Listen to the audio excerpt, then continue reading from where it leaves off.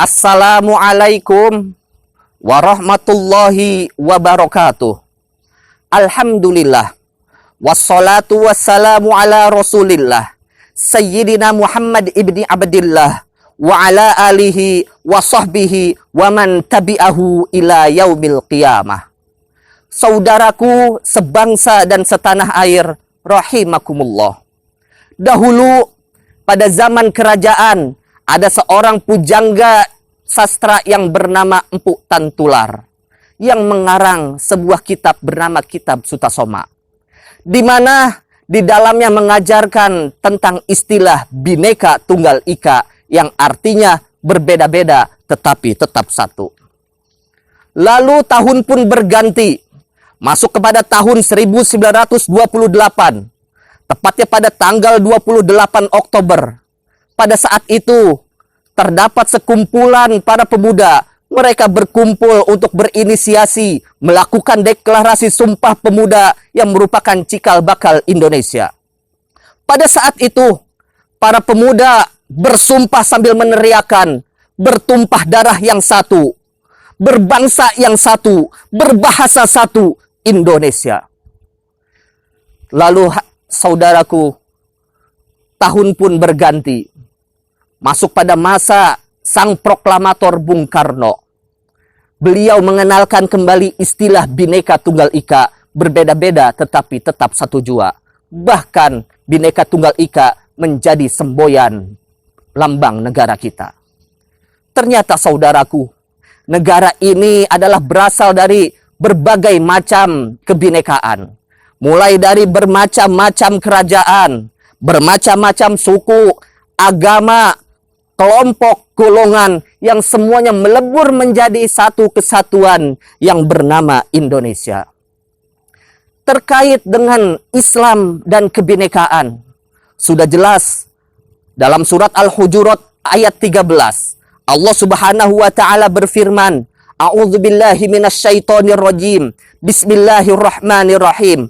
Ya ayyuhan nasu inna khalaqnakum min dzakarin wa untha wa ja'alnakum syu'uban wa qabaila lita'arafu. Wahai manusia, sesungguhnya kami, kata Allah, telah menciptakan kalian semua itu dari seorang laki-laki dan seorang perempuan, dari Adam dan Hawa. Kemudian kami jadikan kalian itu berbangsa-bangsa dan bersuku-suku agar kalian saling mengenal. Ternyata saudaraku, dengan kita saling mengenal, kita bisa saling membantu. Dengan kita saling mengenal, kita bisa saling tolong-menolong dan bahkan kita bisa membangun negeri ini. Saudaraku yang berbahagia, jangan gara-gara kita berbeda partai politik, jangan gara-gara kita berbeda dukungan saat pilkada dan pilpres. Jangan gara-gara kita berbeda agama, berbeda golongan, kita saling membenci, kita saling mencaci, kita saling memaki, bahkan kita saling menyakiti. Padahal sebenarnya kita ini adalah satu, yakni Indonesia. Saudaraku yang berbahagia, Indonesia ibarat instrumen alat musik yang berbeda.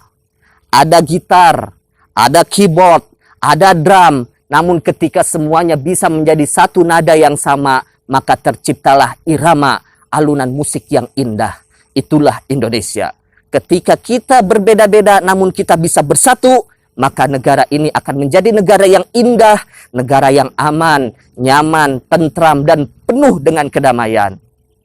Saudaraku, para patriot bangsa, marilah kita merawat kebinekaan bangsa ini dengan semangat yang tinggi, dengan pengorbanan yang besar.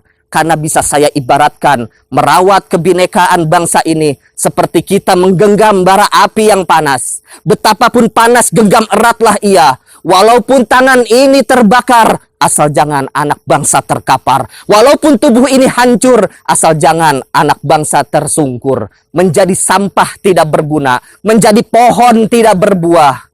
Yang terakhir kalinya saudaraku, saya mengajak kepada seluruh bangsa Indonesia, marilah terus kita berjuang merawat kebinekaan bangsa ini. Sampai kapan? Sampai kita merasa lelah, sampai kita merasa payah, sampai Allah menyatakan umur kita selesai sudah. Dan yang namanya berjuang merawat kebinekaan haruslah dengan berdarah-darah. Karena yang tidak berdarah disebut mayat, yang sedikit darah disebut lemah, hanya yang berdarah-darah sajalah yang disebut pejuang bangsa. Salam persatuan karena Bhinneka Tunggal Ika untuk Indonesia. Wabillahi taufik wal hidayah. Wassalamualaikum warahmatullahi wabarakatuh.